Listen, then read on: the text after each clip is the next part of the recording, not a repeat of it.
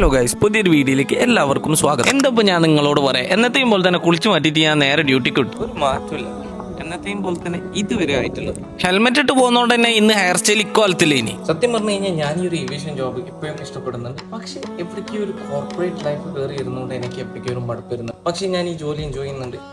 പക്ഷെ എന്തോ എൻജോയ് ചെയ്യുന്നില്ല. എല്ലാ ദിവസവും ഒരേപോലെ ഒരു റിപ്പീറ്റിലാണ്. ഈവൻ എനിക്ക് നാളത്തത് ഇന്ന് തന്നെ പ്രൊഡിക്റ്റ് ചെയ്യാൻ പറ്റുന്ന കോലത്തിലാണ് ഇപ്പോൾ കുറച്ച് ദിവസമായിട്ട് പോയിക്കൊണ്ടിരിക്കുന്നത്. ഈവൻ നിങ്ങൾക്ക് പറയാം. വീണ്ടും ആസ് യൂഷ്വൽ അവർക്ക് ബ്രേക്ക് കിട്ടി.